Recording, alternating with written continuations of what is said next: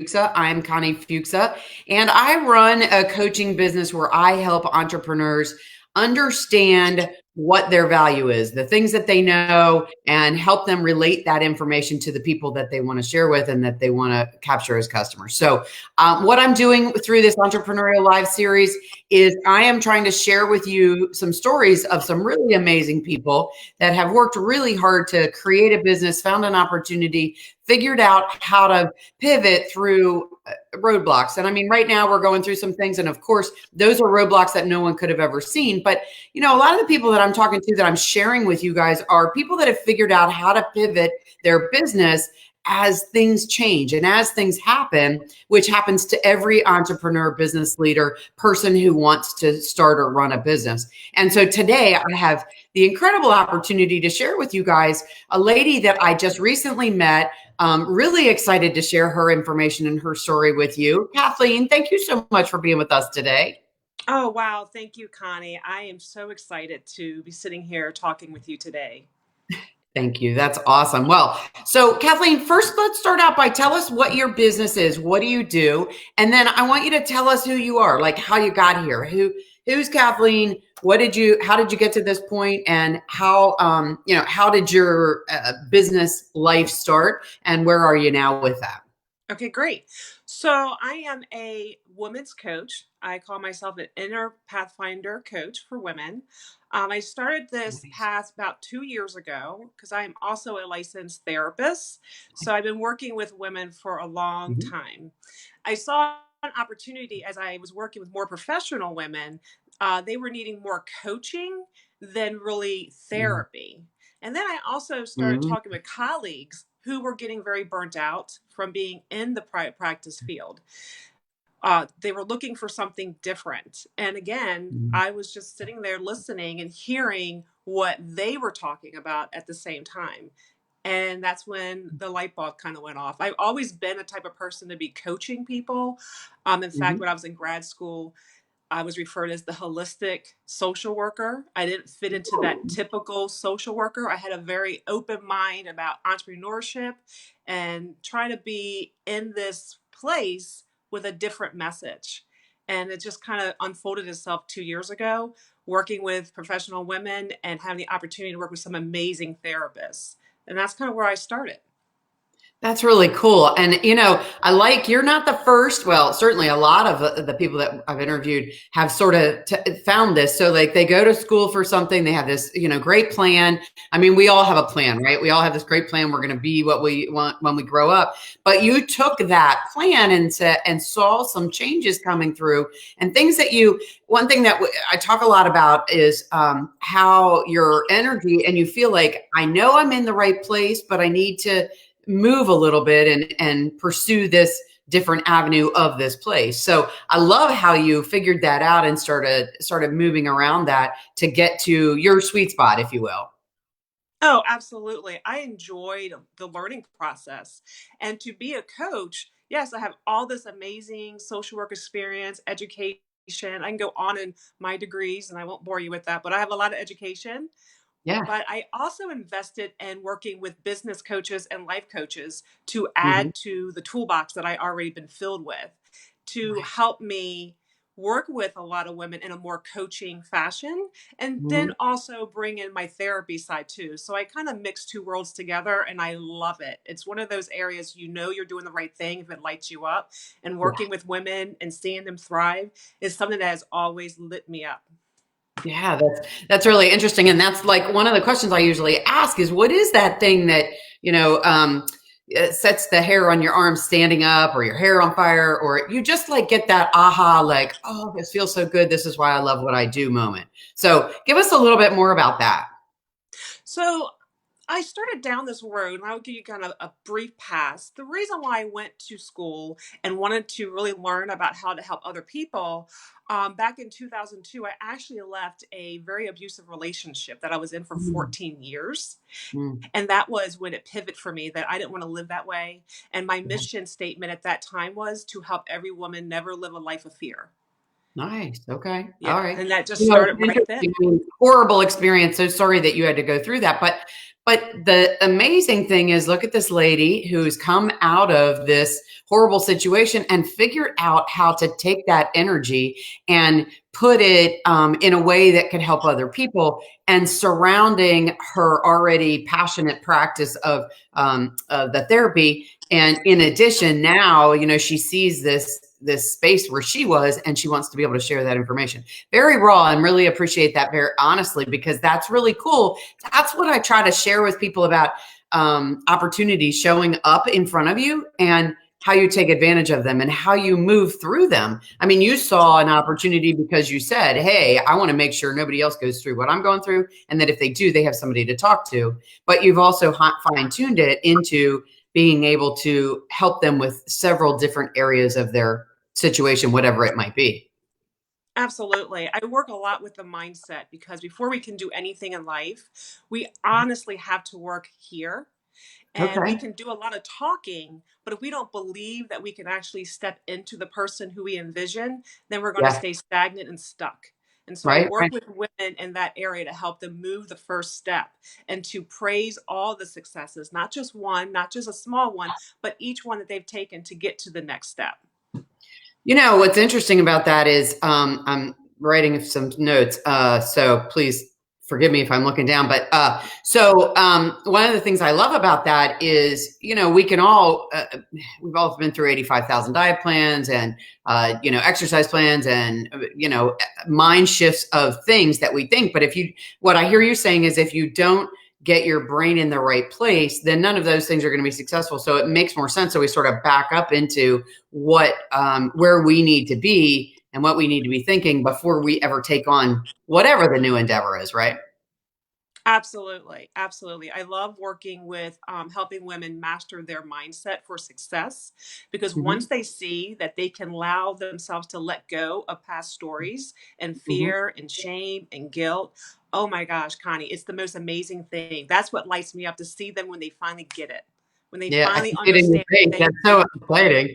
Yeah, it's exciting to see it in your face. I love asking that question because I love seeing it come out of people. Sometimes people, even, somebody starting a business looks back and says, oh, yeah, I really feel good about this. But until it happens, you don't even know that's your total genuine self, where you want to be. I mean, I was talking to somebody this past week and said, talk to me about exactly what does light you up, because I want to know how to help you get into knowing what you're looking for. What's the direction you want to be? And it's not just like, oh, what do I want to do? It's creating a path around that energy that you have. And until you can feel that or know that, you don't even realize what direction you need to go. And you can and you can attest to this, I'm sure, but any job from store clerk to hairdresser to a professional speaker, an accountant, and still have that same energy flow through all of those jobs. It's not really about the job. It's more about what you bring in that energy that you feel. Absolutely. And it's that connection that first I always tell Lee, you have to have a connection with yourself. You have to have a Yeah. relationship with you first, because I get a lot of professional women that come to me and say, I just need to find the right guy. I need to find the right job. I need to work with the right people. And Yeah. my question to them is, well, what's your relationship with you first? And Yeah. it's always that, what do you mean? Like, well, how do you look at yourself? How do you love yourself? What you want in the world from others, you have to put it for you first so you can accept it from somebody else.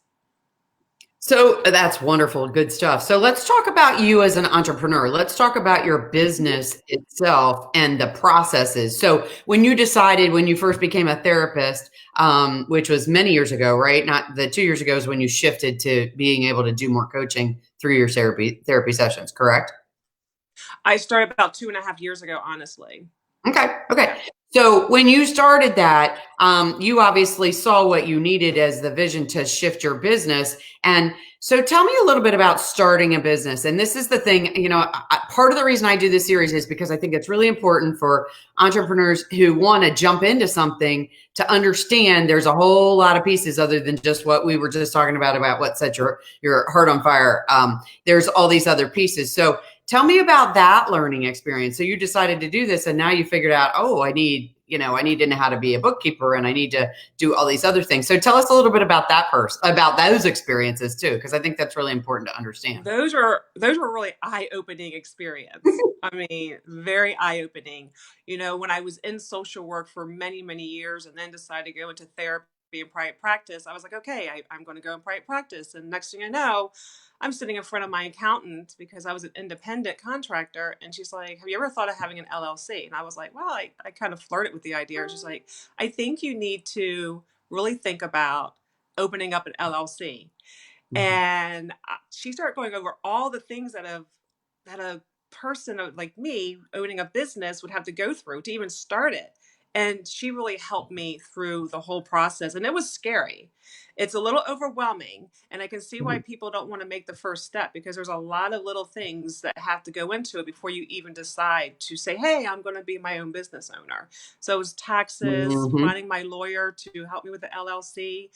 It really Mm-hmm. was a roadmap that I have not gone down before. But once I got connected to the right people, I started feeling a Yeah. little bit better. But it's about getting connected to the right people and getting the right information when you decide to be a business owner. So that's one of the things I like to talk about too is reaching out. You're not in this all by yourself. Even if you're, like you said, you're an independent contractor, you're a solopreneur, you're out there doing this job that you love, but you're not in it by yourself. You have to be willing to accept help, and not only just help, but you have to be willing to pay some people that are professionals to make sure you take all the right steps. Absolutely. Yeah. So I did invest in my accountant, and I did invest in having an attorney. And I Mm-hmm. also invested having coaches to guide me through their process. Again, like I was saying, I I invested love in that. that. I love that people share that because, so many people, it's like the whole coach mentor kind of concept. And it always comes around to this, guys. When we talk to entrepreneurs that are successful, they work with coaches. They work with coaches. They work with mentors. They have mentors. And why is that? I mean, give us a little bit of your insight on why that matters. Well, like I told my first coach, they didn't teach me this in social work school. They didn't teach me the marketing or the business strategy or the roadmap to be a business owner. I was taught to be either a person that worked in the state or become a therapist. And those are Yeah. the two choices. And I always knew I wanted to do more. I just didn't have the right map. So when I sat with my coach, he was like, listen, this is where you're going. And these are the setups you need to start looking at. I love this. This is like, and it reminds me, I just had this kind of correlation in my head as we were sitting here talking. But, it's like kids who go to high school and college, why are they never taught how to balance their checkbook? But everybody has to know how to do that, right? I mean, it's a little bit different now than you and I went to school, but the point is still the same. They're not taught how to mail a piece of mail. They're not taught how to, basic human living skills when they are out in the world. And the same is true when you go from being in college to going into starting a business. You're not taught these basic skills that you need to know to be able to do that unless you take business classes. And even still, I'm not sure that you necessarily have all these pieces together. So this is really cool. Coaches give you the roadmap to make sure that your business is successful behind the scenes. I love it. Absolutely. And it kind of inspired me to pivot into that direction as well, because I loved some of the freedom that coaches do have, and Mm. the opportunities they put themselves in. Like, they find this tribe, this other place where they have a team of people. You don't build this alone. You need a team. People think successful people, oh, they just did it on their own. I can Uh-huh. guarantee you they have a whole team behind them helping them through the way. So my team was other therapists that were rooting me on. My team was my family, my husband, my kids. My team was my best girl pals. My team was my accountant, my lawyer, and the coaches that I hired, and the mastermind groups that I invested in. This I is didn't get so here cool. alone. This is so cool to hear you talk about this for two reasons. One, because you're absolutely right. And nobody likes to talk about this because a lot of people feel like, hey, if I admit that I have all of this help, then maybe I don't look as successful, or I look needy or weak or whatever, which is absolutely the opposite of true, because the people who use these resources are the ones that are successful. The ones that are drowning are the ones that are not successful because they don't ask for help, right? So I love that you're talking about that. But what I love even more about it is I do that. I'm laughing as you're saying this only because it's so true. And I do this. I speak on this topic frequently about teams, and I've done it with several different groups of business owners about the team being not just you, but the people in your house, your family, your parents, your husband. They're all part of your team. Maybe they don't get paid, but they get paid in a different way because you can't be successful without all of those pieces to your puzzle. Absolutely. They were the ones that were lifting me up and cheering me on when I was questioning about keep going. They were the ones that were surrounding me with love and support and validating that I was on the right path. I mean, without my team, I don't know if I would have gotten here at all. So I Right. needed that support from everybody that I was intentional about sharing and inviting into that team. I love that this is so good because, again, one of the reasons I'm doing this series is exactly this. People get stuck. I mean, business owners or business leaders, or, even a solopreneur, you get stuck. You're going to get stuck over and over and over. And so how do you get past that? So talk to us, maybe if you can think about an instance that maybe something like that happened, and having these resources might have helped you pivot around getting stuck. Or, I like to talk about the concrete barriers that all of a sudden you're going on the road and somebody just stuck it in the road. Like, what in the world do you do? Well, you drive on the grass and you hope you don't get stuck. But, so talk about that for a minute for us, because this is so powerful. This is such good stuff. And this is exactly what I had hoped to be able to pull out of this series and share, because it's right on point that people need to know. Awesome. Yeah. I can tell you my biggest barrier was the self-doubt and fear, and fear of what the social work field was going to think about me pivoting out of the field and into coaching. And that was a huge barrier. Huge barrier. So how did you pass that? Because I think this is a common theme just in human beings, fear of what somebody else is going to think.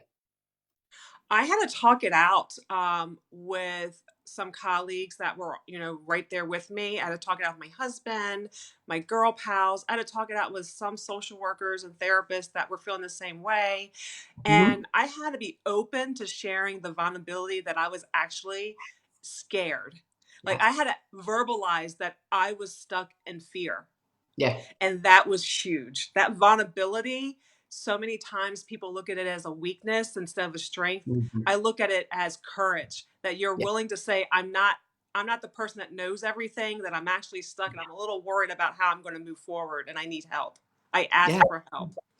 I love this. This is so basic to what we're really trying to talk about. Not only, sharing stories and experiences, but this is such a common theme in the entrepreneurial world, in the business world. Especially right now. I was listening to somebody talk yesterday on a Facebook Live about, gosh, I've always been successful in business, and I had to close my business because I don't have any business right now. Right. And so, and struggling with that, gosh, what am I doing wrong? How come I can't? And it really has nothing to do with you, but talking it out, not being afraid to talk about this is exactly, what you're sharing. And I just love this information. This is so good.